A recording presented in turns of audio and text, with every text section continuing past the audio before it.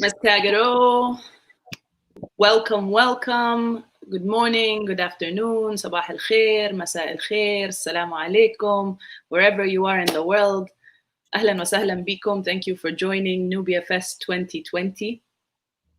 If you have been following the calendar, mafrood ala al-calendar, that there is a panel on what is Nubian architecture anyway. I take full responsibility. My name is Dima Mahmoud. With all the dates and the shuffles and the fluidity of our calendar, I mixed up some of the dates and the timings. Minna's presentation on Nubian architecture will be tomorrow, but I'm very grateful that she has graciously and kindly made herself available to come in and just to check in and see with her how the reflections have been on NubiaFEST 2020 so far, because she has been an avid attendee and an active participant. She even jumped in on some of the sessions to weigh in. And Minna, I'm so very grateful. For those of you who think Minna and I knew each other before, allow me to correct you. We met about a week before NubiaFEST. And I'm so very grateful that you're able to join us. And I think we have Mazen coming in. Minna, we have known each other for 7,000 years. It was as if we knew each other since, I don't know, the old Kustul Adindan excavation. If you take it out of these tombs, in which we were reconnecting. What? But we are just reconnecting. And I'm very grateful for this. However, Dima cannot carry the burden of the schedule mishap on her own. She has been telling me tomorrow, here's the link for tomorrow. And I had written Saturday, and I was thinking, because we are on two different time planes, she is on the Pacific time and I'm on Brussels time, that maybe her tomorrow means Saturday to me. And I messed up, and I'm so sorry. And I promise you a long rant with presentations and photos and pictures and all the 9 yards tomorrow at 2 p.m. my time, 8 a.m. your time. 8 a.m. Eastern Standard Time, which is what time, Mazen, if you're checking the time, what time would that be Nubia time? 8 a.m. is 14, which is 2 p.m. Nubia time. Yeah, I am on Sudan and Egypt time as well. Nubia time and Brussels time. Okay, well, consider this a personal invitation for you to tune in tomorrow بكرة الساعة 2 بتوقيت النوبة الساعة 8 بتوقيت Washington DC. And if you go on our calendar and choose where you are in the world, it'll tell you exactly what time you will be. It says a panel at 9. We will be meeting an hour before, عشان this confusion that happened. So please tune in. We will be live. للسession ده, if you would like to join and get into the conversation, please, we will drop the link now in the comments. تفضلوا معانا. دونا رأيكم. احكوا لنا ايه البانلز اللي حضرتوها، ايه الكونفرسيشنز اللي عجبتكم. If you felt like في حاجة ناقصة in the NubiaFEST altogether, please tell us what it is and tell us how you think we can do better. Minna, how has NubiaFEST 2020 been for you? It has been awesome. I am not living with my family. I'm just moving around with headphones on my head, on my ears, just running to my phone so that I can write a comment just to say yes or justice. You know, it has been insane. It's been nuts. Trying to the excitement, just my sheer excitement. I've been doing research for the past 10 years even more since I was actually a student in college on Nubian architecture. And the thing that I've always been looking for are my people, and my people within with the breadth to go and ask these questions. And the problem is our people in our villages are exhausted, disenfranchised, marginalized, pushed away in all these remote areas that are New Nubia in Egypt or New Halfa in Sudan. You know, the Tahgir, what we call Tahgir. We don't call it New Nubia. The project the displacement project for Nubians in Egypt was called New Nubia. Nubians never called it this way. We always say Tahgir. You stop a microbus, like to take public transport. You ask them, "Are you going to Tahgir?" You see how it means displacement. So you ask a taxi driver, like a bus driver, "Are you going to the displacement villages?" We refused to acknowledge this as Nubia. So it has been, and our community also has been so disenfranchised that not so many of us get to go the academic study, which is a highly privileged. There are layers and layers and layers of privilege that would allow you to go that route, to ask these kinds of questions. And our community has been so disenfranchised. So when I find people who have managed to ask these questions, I just latch on. That's why I have been so enthralled and happy to be with you on this fest, and I would just stick my nose in every panel if possible. Every panel. Bring it. More noses welcome. If anyone wants to stick their nose in this conversation, we will be dropping the link. Please come through, join us. This is an open space. We're not going to be staying for long because we have a very nice treat of some live Nubian music coming next. And we're going to be stepping back and just enjoying the music. We have Sadiq Fadl who will be tuning in with some Nubian music. And we're very grateful to that because in so many ways, and this is what we were hoping for with the first day, the importance of music and art. Which, by the way, was also a panel that Minna put her nose in and ended up joining us about, you know, what is the importance of art. And you brought it from a very interesting angle. So I will take it to architecture since this was what the panel was going to be on. And you brought architecture in a form, you described it so poetically, على فن البنيان النوبي, and how it is a form of art that we live in. Yes, but here's the thing. Also, we need to recognize that the categorizations of art, architecture, music, and their study are constructs of European languages. We have had a continuous. It's a porous border between these things for us. These things are just skins and skins of each other of the same performance of Nubianness.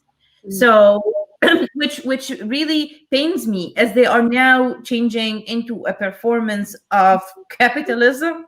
How we are, so we dance, Nubians dance. You know, if we can't dance, we don't want your revolution. But I'm not going to dance for anybody. I'm not going to dance for your amusement. I'm not going to dance for your, presidents and parades. I dance because I have a visceral need in my body to celebrate life and perform this relationship with sand and soil, and to perform this relationship with sun and water, and to perform my Nubianness. And it's the same case with architecture. And we are all trying to make great things. It's actually some Nubian architecture has some bad ass examples and representations, and trying to push the limit structurally. So it's this urge in humans to make great things for themselves, to add into within their political economy. The problem with Nubian arts now, as is the problem with the question of Nubianness, is that we are requested to box in and package our identity to fit into larger national narratives, whether it's in Sudan or in Egypt, or even to fit into larger narratives within academia, so that we can write a proposal and get a funding for it. So we need, it's, you know how hard it is to get a serious funding for architecture, a historical piece of architecture that is not from about studying old Nubian architecture. So I would like to study architecture within the displacement villages. Oh, that's not important for archaeologists, and it's not very important also for, you know, it's not of significance to the world, because what you're going to do is point out the flaws. It doesn't fit within a narrative. It does not fit within a story they are telling themselves. And now we have to fit, and we do, because we need money. So places like Gharb Hil, I don't fault my people in Gharb Hil or in Gharb Aswan for this. They are doing their best. They are already displaced for the past 100 years from their original lands due to the 1933 heightening of the low dam. They are already deprived of agriculture. All their arable land was submerged under water, and they already don't own even deeds for their houses. They already are vulnerable for state eviction in the coming years if a big investor decides he wants this. They want to run Nubia, you know, because this Gharb Hil now is Nubia, right? Isn't that something when you go from an entire civilization to Gharb Hil? It was a civilization and a kingdom, and then it became a part of Egypt or a part of Sudan, and then it became a part of Aswan in Egypt, and then it became one village. Yeah. You see how you know, the reduction of this identity and the spatial recognition of this identity has been. Now, how much of this, you were here for the conversation yesterday, and I want to take it back to that. How much of this is due to our welcomingness? No. It's not welcomingness. It's not welcomingness. It's a need. It's a social, political, and economic perspective. It's a need. It's an economic need. Here is the thing. In our villages, there are no jobs. There are no income. A young boy and a young girl coming up, going to school, are rarely moving up to college or having any upward social mobility. They're going to go work in Saudi Arabia for nothing and see their wife once a year, and this would be their life. So when you tell me you're going to stay in this village, I'm going to add some colors to this house, but I'm going to give you some income to stay here with your mother and elderly father and husband, wife, and kids, they're going to do it. If you tell me you just make some stuff and we're going to sell it to tourists we are bringing here, while as Nubians we get very little of the revenues, and the big investors are taking the shark bite out of the revenue. So we need that. If you tell me, so something that I really think is a new thing that I'm very interested in, the how Nubian dance troupes started to be for hire, which I don't fault them for. It's a lovely art, and if we need to fund it, there's no national funding for it, and if we need to fund it to continue, you have to do these kinds of performances. But it also pains me that we now have to dance for somebody. What if I'm not happy, but I have a commitment at 9 o'clock to go dance at this person's but that's with every job, you know. That's with every time you wake up at stupid o'clock to teach from across the globe. Yeah, but this is exactly the thing. I wake up, all these jobs are born out of these capitalist modernist institution. our dance is born out of our institution, and pulling things out of our institution, like flour out of its, soil, and just pulling it out and putting it there and giving it a function that does not come from its visceral performance. It decapitates it. It's not now how it started. It started about feeling and happiness and performance of Nubianness, and now it's going to be a job just within this everyday neoliberal life that we live. You know what I mean? So institutionally, you are being disenfranchised. It's that you're going to do the same thing. You're going to play the same song on top. Is it wrong to leverage our heritage in a way that can, help? Depends. If my performance of it is not compromised, if I am does not compromise the heritage, you mean? So why do I make? Let's say I grew up around my aunties, and they made all these beautiful necklaces. So a karaj or shawir, that's the what do you call it? Karaj.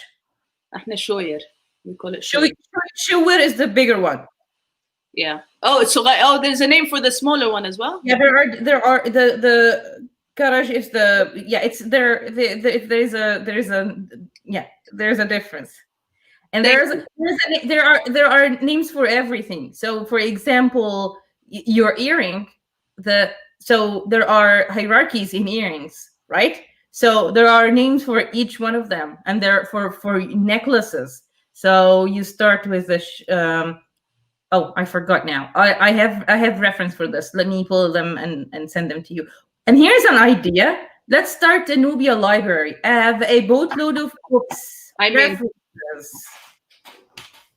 I'm in. Family, if you're tuning in wherever you are, how do you feel about a Nubia library, a digital Nubian library? Thankfully, we're partnered with the Union for Nubian Studies, who have an open access platform for this Journal of Nubian Study, all things Nubian. If there is enough interest, because they don't have the capacity to do this alone. We don't have the capacity to do this alone. This is something that we need to come together in our different expertise, in our different areas of knowledge, where we marry traditional ancestral teachings and whatever institution is giving us some shiny logoed certificate. I was so shocked the other day. I found my PhD certificate in one of the boxes here in the garage. I was like, well, Shuzaman, use. I found my PhD certificate also moving boxes like you on the side. Okay, sure, happened. That's for me. Viola Green, yes. So Viola's in for a Nubian library because and Viola's a friend from here in Baltimore, and this knowledge is for everyone. And I'm with you, Minna. I will hold you accountable to that. Khalid yesterday said the same thing about having our writings and our literature put together in one place. So perhaps we can have, you in charge of things, architecture, all things architecture, Khalid. I have a lot. I did my PhD on Nubian spaces, and I have a bunch of books. And I would love to have a small project, if somebody's interested, to start some sort of a taxonomy, and to also have a taxonomy of books by us, books by our allies, and books that we have to take a critical distance from but must read. There are some books that have defined the work in Nubian studies, and if you read them, there are so much contempt and there are so much disregard for the Nubian person in the background. They study us, they produce us as their subject. So they are colonial in essence, even if they are relatively modern. So this is a conversation that we will be having on Saturday after the closing ceremony, because inevitably this is one of the themes that already, as I'm sure you've already known, this is a theme that has come up and again and again and again and again, the need for an Afrocentric lens for Nubian studies. Yes. So now we're going to have a panel on that, and this is something that we absolutely need to go back and engage in. In fact, for Africa Week 2020, which is going to be next week, we're having a panel dedicated to Black archaeology. What is Black archaeology, and how can we have more of our youth, more of our researchers research, rediscover, and reclaim our heritage through Black archaeology? Tony Browder was saying history is written by the victor, but archaeology tells the truth. And if we don't have enough of our people in this field to do this digging, to actually dig for the truth. And for me, I don't think it's a coincidence that dignity starts with the word dig. I don't think it's a coincidence. I think also at this I would pull the string from the opposite side and say we need Black archaeology, but we're not going to be historicized. So we're going to find our histories, but we're not going to be stuck there, because this is also another technique in dealing and putting Nubian studies in a box. That it's about history. No, but you said it very, very beautifully in the beginning. It is about the deliberate attempts in discontinuing our livelihood, in their attempts of studying us, in their boxing us. في this discontinuity. أكنه إحنا like عارفة كان في heritage, like there's the ancient heritage, وبعدين there's like this gap, وبعدين مرة واحدة there's like some modern day Nubians just chilling. مع إنه في gap in the middle that traces the evolution of things. And in that case, maybe this is what you mean by not being stuck in history. And I just want to take a moment, family, wherever you're tuning in from, we will be going live. This broadcast might abruptly end because Mazen will be going live with Siddiq, who will be giving us some live Nubian music. If it doesn't disconnect, then yay, we learned something new about StreamYard, and thank you, StreamYard. But if it does disconnect, please mark your calendars. Check the NubiaFest calendar. We will drop the link now. Tomorrow, we will be continuing this conversation, going deeper, rolling our sleeves, getting into the nitty-gritty of what is it being a Nubian, and how do we make sure we're not boxed and labeled and stuck in any way. Please, Minna, tell us more of what we can expect tomorrow. Well, tomorrow I will ask the question what Nubian architecture is, and I will answer by that's a stupid question. And asking to box in one kind of architecture has been also a tool of colonization in so many ways. Like, what is Islamic architecture? What is, Greek architecture? It's trying to box it in and trying to have us assimilate to a narrative. It looks a certain way. It doesn't look a certain way. It performs something specific. It works for the political, cultural, and social interest of Nubians, whether it's done by a Nubian person or not. So we're going to ask these questions, like who makes it? How do we make it? And can not Nubians, and this is a stupid question that is also, I'm sorry to say stupid, because it's not, the question is not always, well, can non-Nubians make Nubian architecture? It's just like, can non-Nubians join a Nubian discussion? We have always been a very special society in its formation. The word Nubian, it does not have racial connotations because we are so freaking mixed. There are. And you're frozen, Minna.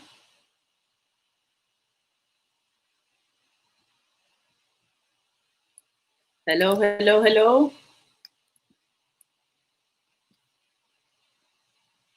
Minna, are you still with us? This might be the disconnection.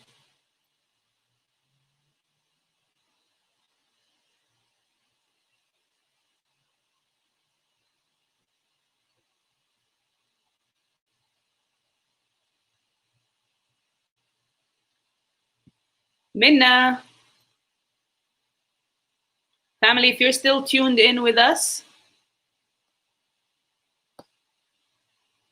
do drop in, say something, let us know that you're still hearing us.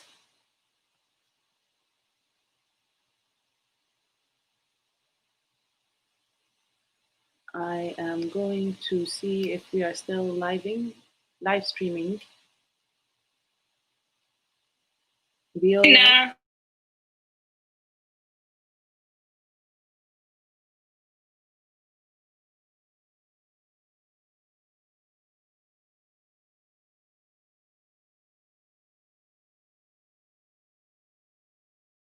Okay, I was muted.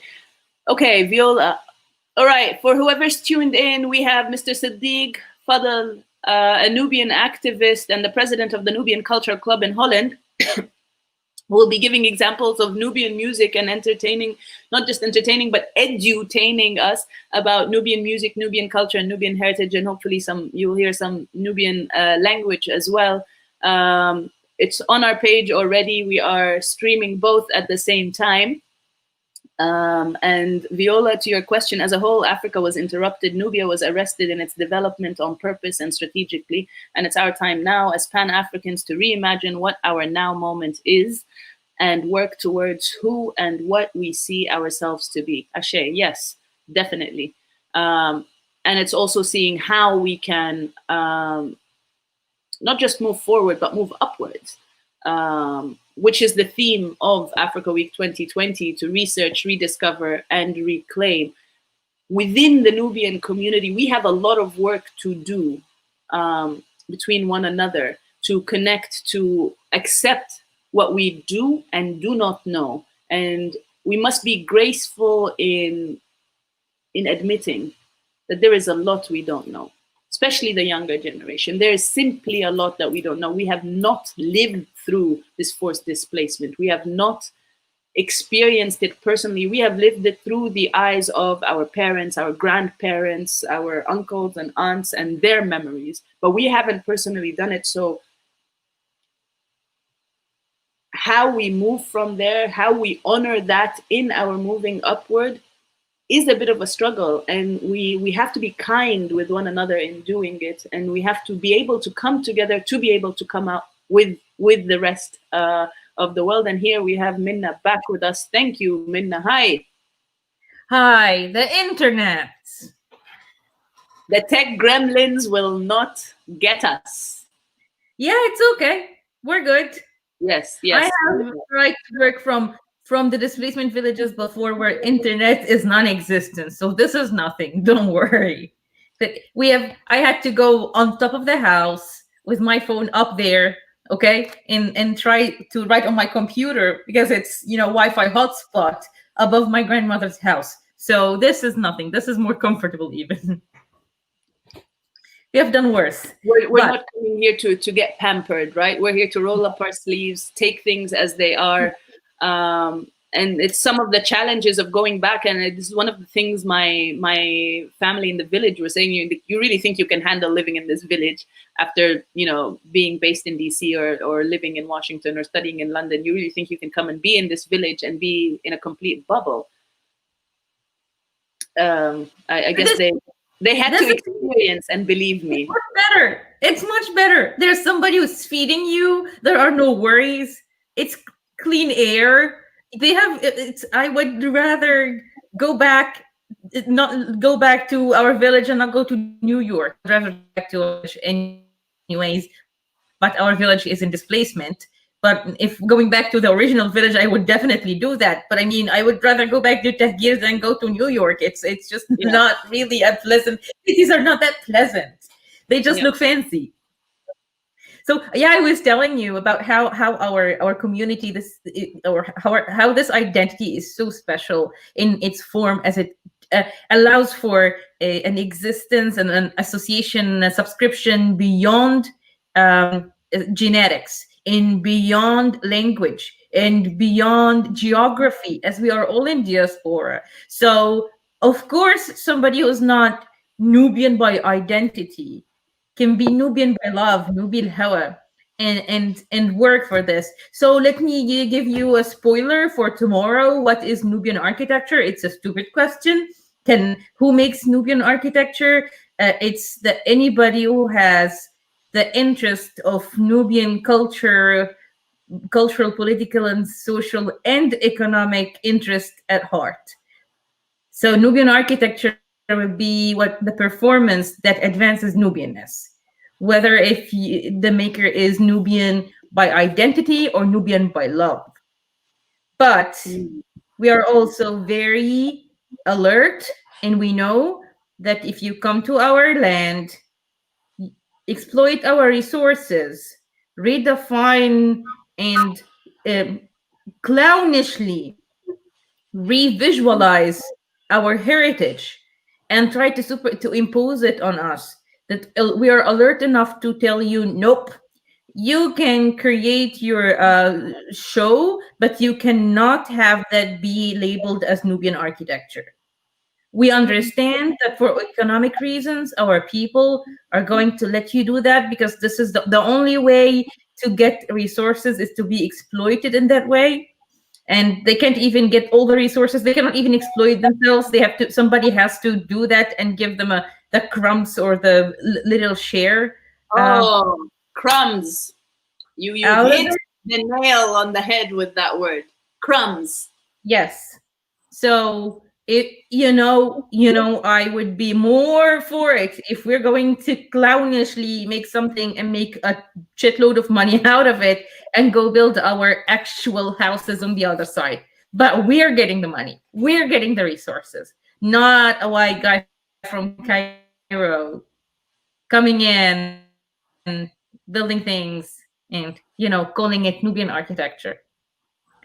So Now, Minna, we tend to emphasize Egypt and Sudan, Sudan and Egypt, Nubians in Egypt and Sudan. And one of the biggest blessings personally from this fest is being connected and learning about our sisters and brothers in Kenya. And hopefully more Nubia Fest down the line, the Nubians in Uganda and Ethiopia and Eritrea will be able to tune in and tell us how their acts, how they continue being connected to their Nubian heritage in their respective countries. Did you get a chance to tune into that session? Yes, I was so happy hearing to my brothers and sisters from Kenya, and I have been there, and I've been to Kibera, and I have been in talks with some people, and how it's so similar, but you can see the 100 years of separation. You can see the 100 years of separation in culture a bit, but you still see your cousins in them. It's still, the kinship is still there, and I'm so excited.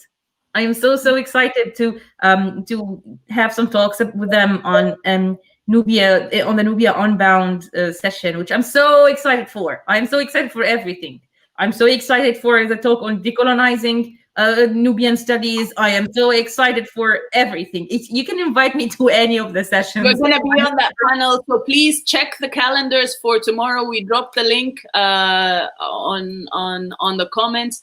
We're going to have that conversation. We're going to start with architecture, Nubian architecture, and what it is and what it isn't, and how that embodies, as well as disembodies, Nubian identity and Nubian culture and heritage. And we will swing right into the Nubia Unbound panel, where I am very happy to say that I want to say Mustafa will join, who was a Nubian Kenyan brother from the panel, whose name is Mustafa Mahmoud, and I'm Dima Mahmoud. And so as we were connecting, and of course I was a complete emotional fluff bowl as I'm saying that, and he said, someone's telling me your sister's on the panel, and I was like, that is so true. It's so true. And how it is that, my first connection with you is I'm a Mahmoud and you're a Mahmoud, and we're in two different sides of the world. We're both Nubian, but it was amazing, and I really can't wait for them to join us. If we have any more Nubians from anywhere else who would like to join this panel, please come through, reach out. Our email is running at the bottom there, or our Twitter. Just shoot us a message. Let us know you'd like to be in. Minna will be there as an Egyptian Nubian diasporan. I don't think we're supposed to have one person tune in from Egypt, but aside from our Kenyan, sorry? Who is that? Who's in from Egypt? Islam. Okay. Yeah, I don't know. I don't know if you know if you know him. Sorry? From Tahir? La, Zaki. Okay, I'll check to see if I know him. Yeah, but again, he said yes, and then there's no confirmation yet. I don't know if with things in the internet, I've put my hands up and I'm like, I'll take whatever you give me. So we'll leave it at that. We'll leave it at that. But tomorrow is a very interesting conversation. It's connecting us in a way that, like Minna, I have been waiting for and looking for, and it's an integral part of why Dalia and I started the Nubia Initiative, and even more so why we joined forces with the Union for Nubian Studies, to connect with the larger diaspora, to connect with more of our family and more lovers of Nubia, like Vincent, like Alexandros, like Irini and Artur and Marcus and everyone who has taken time. And I don't mean to specifically choose these names, but lack of sleep is real, family. So I mean each and every person who spent a minute to either tune in or come and share some knowledge or just come and say hello in the comments and run off. So Viola, I'm very grateful that you are tuning in. Anyone who has come in to say anything out of love for Nubia, we are very grateful, and we want to do this more. We want to have this conversation keep going. Let us know how you would like it to keep going. Minna, I know you said, okay, a Nubian library. Great. How do we go beyond the library? How do we start? This is what I was talking about. First of all, I would like to shout out Sultan Nuba, which was the first website for Nubians in Egypt. It at some point had 60,000 Nubians. It was like a written map of displacement villages. Everybody went in under their village, wrote their old Naga's name, and shared all these amazing information about Nuba and all these resources. And Aziz Osman, who shout out to Aziz, who initiated this, then went on to start a newspaper, Sultan Nuba, which is running till now. Go find it and get it online. It's there, and follow their Facebook page. Do you have the link for them? Yes, Sultan Nuba. Let me get you that. Yeah, if you do, I'll drop it in the comments as well. I wrote Sultan Nuba, but it's not coming up. Arabic or English? لا كتبتها بالإنجليزي like SOOT. I think it's Arabic. If you Sultan Nuba is Arabic. If you write Arabic, you're better. I go to yamli.com عشان أكتب to type بالعربي على اللابتوب. Oh yeah, I don't have an Arabic keyboard also, but I write blindly. I think it's this one. It has like 50,000 people. Yeah, I think this is the newspaper. I'm going to send it to you here in the chat, and I will paste it from there. Okay. Tomorrow is the last day for NubiaFest 2020. We will have a closing ceremony at 3 p.m. I know it's all getting emotional, but look at it that this is just the beginning. Yes. Here, this will say Nubian newspaper and platform. Thank you for sharing this with us, Minna. Yeah, but I was just talking about how there are so many resources but we have always had a problem in sorting them. So I think we are owed to have a workshop. If you're an academic and if you have lots of resources, especially if you have lots of unpublished resources by Nubian writers, especially if you have multimedia resources like recordings of stories, and we have in every village there is a guy we call Ostaz who keeps writing in a block note, in a note. He keeps writing all these insights and information and its descriptions, all these resources, all this gray literature we can document, and all the other books we can upload on a platform. But we need to find a way of sorting that works for our interest. It's not just about, well, this is under literature and this is under this. This is good for it's needed also for researchers who are looking at it, but we also need to find other sortings of about interest. So this one is colonial. Oh, this one is a Nubian voice. Oh, this one is a Nubian voice from diaspora. This is before displacement. This is after displacement. To try to find somehow a cascading of voices to actually know to know how we stand from literature, how to stand from this library.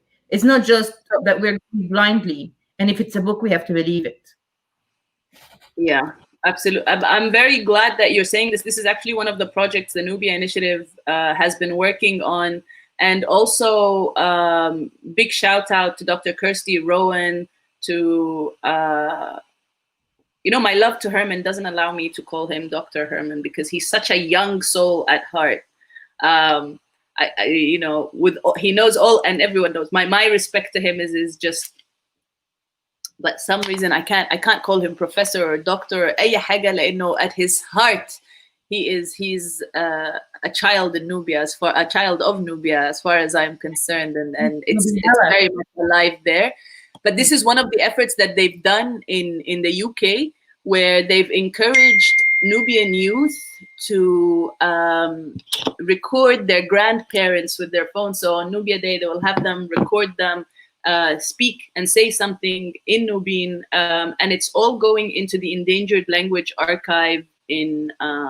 Yeah, but is it accessible to us? This is exactly my point that I was going to say. For me personally, as far as the engagement, I take a moment to remember and honor and pay my respect to the great late Halim Sabbar, who quite literally dedicated his life to our heritage. And right before his passing, he was working on a PhD, and it was with SOAS, on documenting the original names of Nubian villages before they have become Arabized. The book had to be completed by Dr. Kirsty Rowan and Herman. And it's a masterpiece. Have you seen it? Typonymy, yes. The project on typonymies. We lose our names, we lose the name of our places. You see, if we lose the name of the Nagas and then we lose the name of the villages, and then Nubia becomes one village. And all the ramification on the economy, on the social structure, on the language that come after that. It's just, a snowball of disposition. Yeah. So I do want to share a little bit of what you were saying about these digital archiving, the multimedia archiving of our culture, of our heritage. And when I was recording it, again, family, friends, and my cousins kept laughing at me. But I am glad that I did, because let me share this with you now. Let me see if it will allow me to, at least.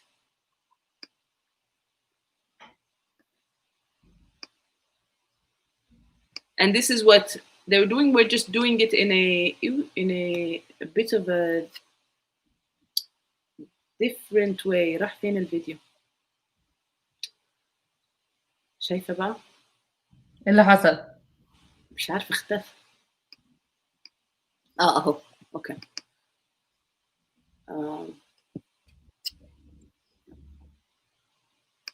اوكي.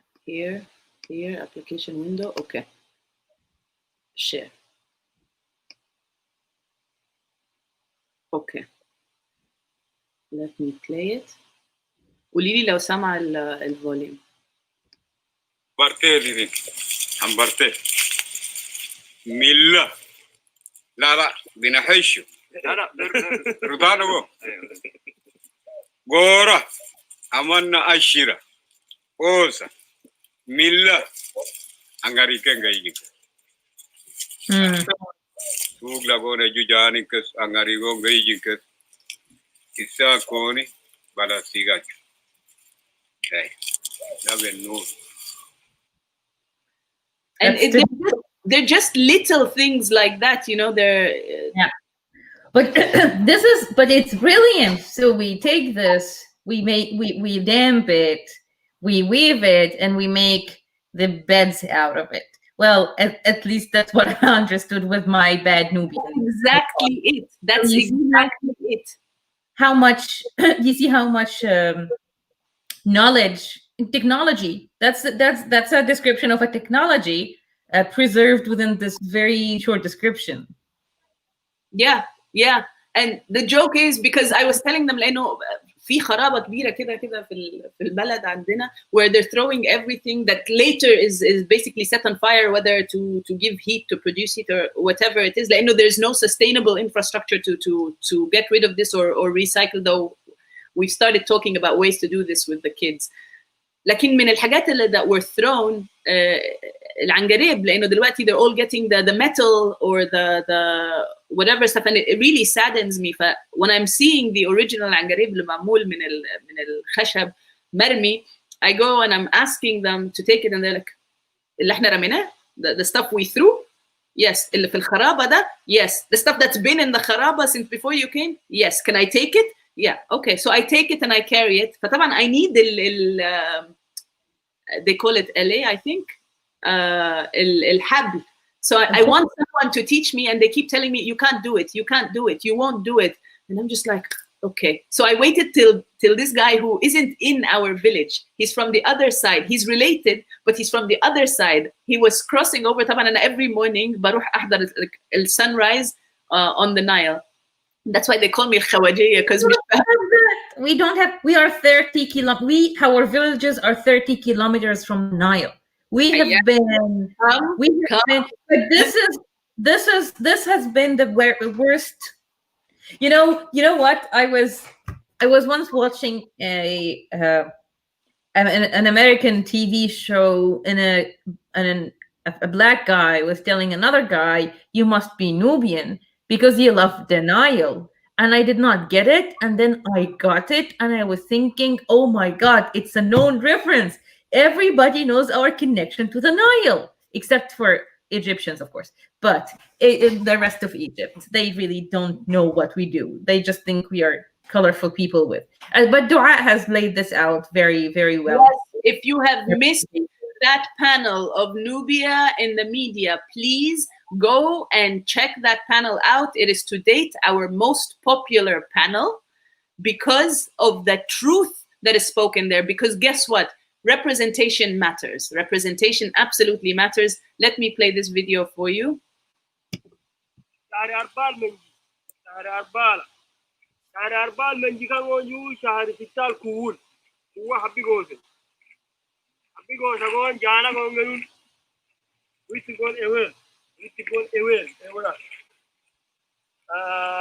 بس هنا حبيكم ان مثلا هم سمعت الفن ما في الامر ويت الاول مالات بنزرع ثاني نص مليون الواد ما في بايتين الرفض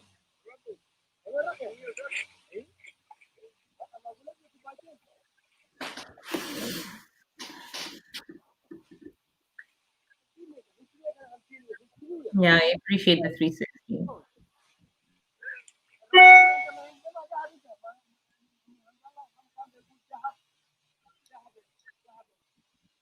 is one of 5, maximum 7 of my cousins that are his age bracket who have refused to leave. They got the offers, they got job offers to go, to the Gulf, to go to the city, to go wherever to work. They refused. They chose to stay on the land. They chose to continue growing our land and continuing our ancestors' legacies, and what they have done, what they have been doing all along. And when he was showing us my family's side, or like my immediate family's side of the land, and I'm he's just, I'm seeing the palm trees, Min, and I'm just seeing how dead they are. Like the soul has been just like sucked out of that land. Yeah. Let me make a comment on this very, very glorious visual of a palm tree and put it a bit into context for our listeners who are not familiar with the importance of palm trees to Nubians. We had, before displacement, they were counted as per capita. There were 40 palm trees. So for every head of a human, there are 40 palm trees standing in there gloriously. So when you see this picture of palm trees in displacement in the 60s in Egyptian, when the water went so high and started to drown all these palm trees to their neck, you see Nubians getting their eyes watery.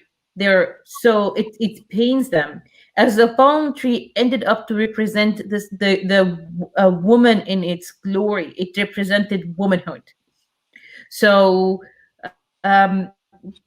just to put it into context, how important a palm tree is to us. And I remember it was a dream of my father's, may he rest in power, which is to have 6 million palm trees.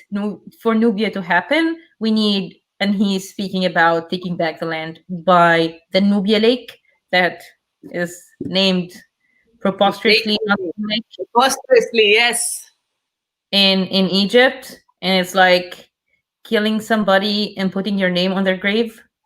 Around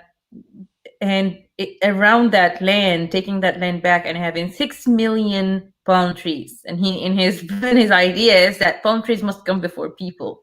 We must have palm trees first, then people will come. So, yeah. So just to put this palm tree in context. That contextualization, which is very important. Millions. Imagine if you have 40, if you have, I don't know, 200,000 Nubians, but 40 palm trees for each one. You see the amount, the lushness. Imagine the lushness of it. This is what I mean. Like, we don't know, and this is a huge reason of ليه داليا أنا بدينا نفسه لمبادرة النوبة، وبقول مبادرة النوبة ومش مبادرة النوبيين. It's the Nubia initiative and not the Nubian initiative specifically عشان كده. لأنه اللي ابتدى يعرف يعني اللي for us personally, our introduction to the vastness of Nubia was not from a Nubian. يعني our father is Nubian ومش هو اللي زرع فينا this knowledge, yeah, this love, this passion. بس I lost my track of thought دلوقتي من emotion. Let me also continue on this idea of it's the Nubia, not the Nubians initiative. It's the Nubia initiative, and how this community is so open to encompass all within the performance of Nubianness and within the love of Nubia.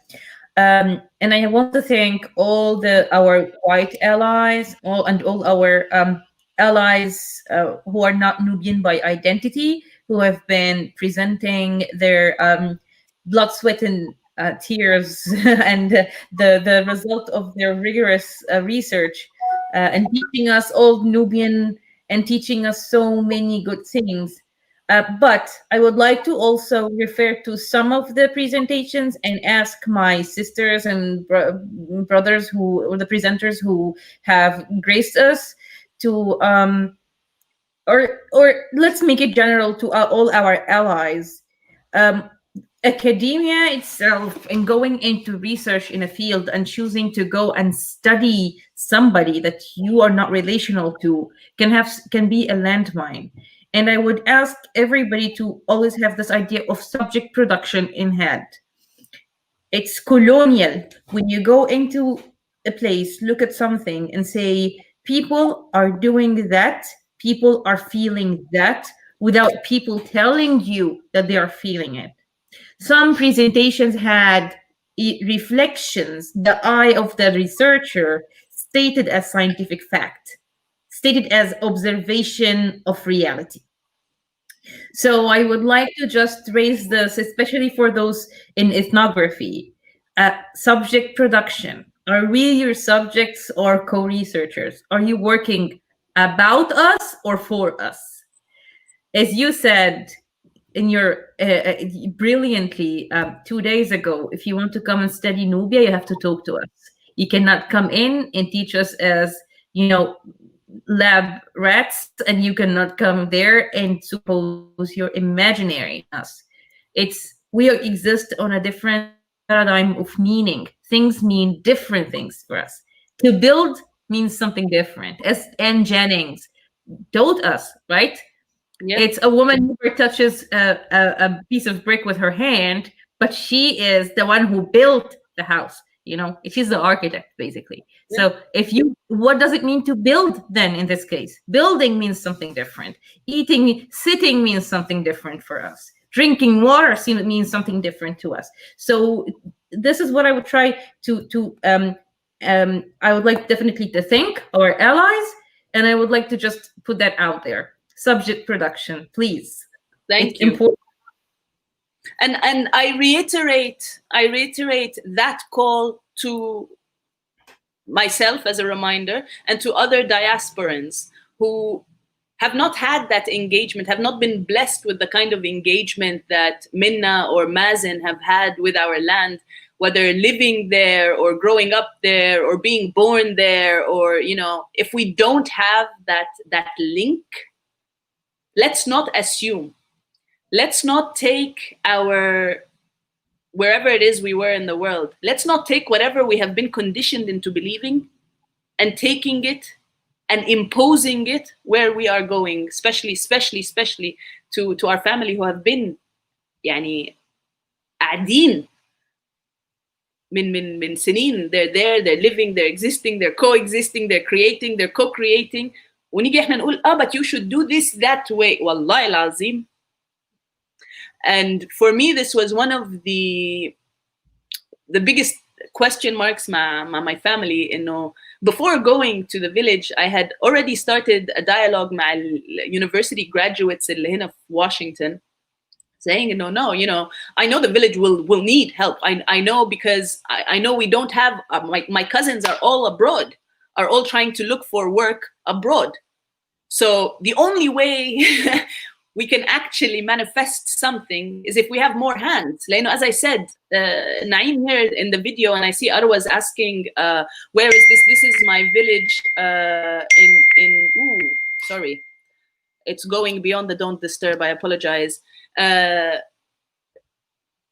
Shamaliya, this is about an hour away from Dungula in Sudan, so in Sudanese Nubia. We have, like, as I said, 5 or 7 of them, but they are willing to teach others, and they are willing to learn other things from other people. بس هم فين? Where are they? يعني when I ask my cousins who are my age, العادين in the Gulf or wherever, لهم يلا, like, let's go, let's just pack up our stuff and go home. Let's go home, because this whatever is being said out there, and we don't have enough food, we don't have enough money, we don't have whatever. You know, I refuse to believe that Sudan, which is called the bread basket of the world, doesn't have bread. The queues for the bread is like that. Meanwhile, they're smuggling wheat over to Egypt and shipping wheat over to Egypt عشان يعملوا birthday cakes. السودانيين مش عارفين ياكلوا. ليه؟ because احنا كمان مش عارفين ناكل. ما هو Egyptians غير Egyptians بقى ركزي. ماشي بس عشان كله selective هنا في الموضوع, you know. When I was speaking to these recent graduates هنا خصوصا the students of African ancestry, and they're like, we're ready, we're trying to go home, we're trying to go to the continent, we don't have a specific country to go to, so we're not really fussed, our love is for all of Africa, so anywhere you'll tell us to come, we'll go, we just need a roof over our head. But when I was telling my cousins, when I was telling my uncles and aunts back home and all, كذا كذا كذا, they're like, طب ما جبتهمش معاكي ليه؟ وينهم دول؟ يعني وين؟ قلت لهم أنا I couldn't just get them. وأنا أول مرة في حياتي هقابلكم دلوقتي. Like I'm coming to meet you for the first time in my life. I can't come with them and be like, oh, this is what we're coming to do. Nah, I need to come, see how things are here, see what you're open for أصلاً. وبعدين نبني. بس أنت عارفة يا ديما, if you were going to take this into Arabic, we can't really fault our brothers and sisters who are beyond who are after economic stability. لا, I'm not. I mean but we need an agenda. So I know that I can't afford not to work, and I can't work at my village because there is no job for me. Yeah. Maybe in the future I can have a job, and maybe in the future my village will have internet and I can just stay there, for example, and work online, right? Yeah. Or find another way. But we have to have an agenda and a trajectory. For example, we can have a pledge that whenever we are big enough, we go closer. So maybe we go closer to Aswan. Maybe we go closer. The bigger we are, the more we take resources there. Even if we physically don't, we go build something there. Build something for yourself. Build a house for yourself. Go build a house for yourself and go with an intention to go vacation there. But you know, when you build a house, what you do? You hire people, you buy materials, you pay talent, you pay handyman, you bring an economy in, right? So the bigger, we have to have this kind of trajectories. The bigger we get, the more resources we transfer back home. Even if we are now all stuck in diaspora, so that we can make some money and support our families and at least assure our children an upward social from wherever we are, Yaminna. No, I know. This is what I'm saying. We don't need to physically move closer خالص, لأنه في people on the ground. يعني أنا those cousins that are there اللي قاعدين شغالين, it doesn't take much. مثلا إنه واحد من زي GoFundMe campaign that we have for the Nubia initiative. You know, these are the projects we're working on the ground to connect the ground to the diaspora. Helping. المشكلة إنه even that has a bit of hesitation, لأنه again colonially, and because of colonialism, we have been traumatized into survival mode. Survival mode يعني يلا نفسي. ويلا نفسي دي it's intrinsically against, it clashes with everything that is Nubian. لأنه ما أعرفش لو حضرتي لأنه لو حضرتي الconversation بتاعت Marcus Jaeger yesterday about the Nubian economy and how the Nubian economy functioned نفسها, إنه he دخل في concept الفزة. طيب الفزة دي اللي هي what? إنه you're not doing this one. أو في كمان there's another saying for or the equivalent of it takes a village. إنه the one mother gives birth, but 100 or 1,000 raise that child. 100 mothers raise that child. This is why I'm saying this MO of focus on my village. I focus that no one is in your village. دلوقتي في ناس in this village that are working. Why don't we all help this village grow?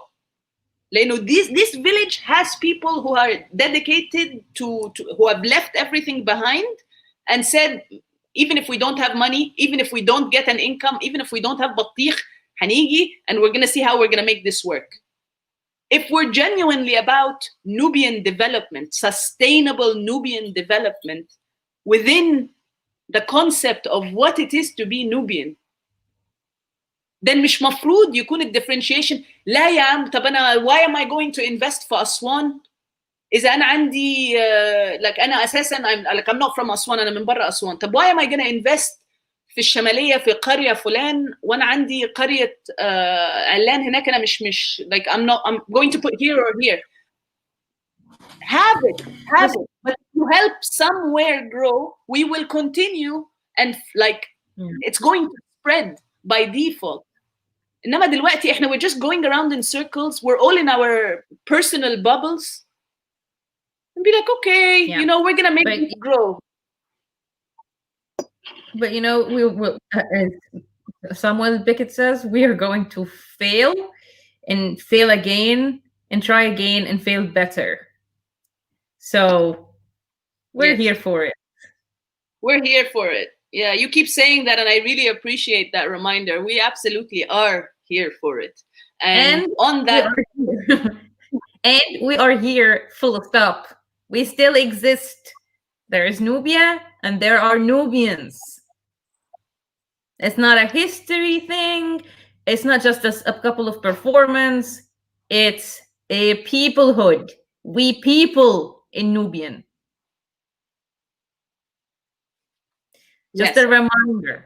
Just a kind reminder. On that note, we re-extend the invitation to join us tomorrow at 2 p.m. Nubia time and 8 in the morning Eastern Standard Time, New York, Washington, wherever you are on the East Coast. Please come through. Please join us. We're going to be talking Nubian architecture. We're going to be talking Nubian identity. We're going to be talking about being Nubian beyond borders and beyond boundaries and how we can roll up our sleeves and actually get something done. So tomorrow, inshallah, the conversation will be entirely, minus Minna's rant in the beginning, it will be entirely solution-based because I know even in her rant, she will be giving us solutions because that's, again, I said this in our inaugural conference, we don't complain. The bracket of us that complains now is the assimilated aspect of us. Nubians, they don't complain. But I have to disagree on this. I have to disagree. I think we need to complain. I would refer everybody to read Sarah Ahmed's Complaint as diversity work. Complaint is important. Antagonizing the status quo is important. Pointing out evil is important. Yes. I'm not saying don't point it out. I not at all. Blacks, it's what I said in the panel with Journeys Along the Nile with Salim and Kamau and Tamara, is that we need to start calling out that silent elephant. We need to start calling out the invisible elephant. We need to start calling out the elephant in the room, the elephant in our midst, and the elephant that's trying to run us over. Both. Yeah. We need to call them out both. Not in complaints. Not in the sense of complaints that is currency that is currently being peddled. Not in begging. Complaint as in not begging. No, solution-based. Yani if you're going to complain about something, you would have already thought, زي ما قلت امبارح, you would have done the work, done your research. لأنه when you're going to come and complain about something, تجيلنا with a solution. تعالوا with a suggested solution. We can sit and talk about the solution, its feasibility, how it will work, how we can tweak it, how it will be better, how we can, have a stronger push فيها. Yes. إنما complain just to complain to continue the self-victimization.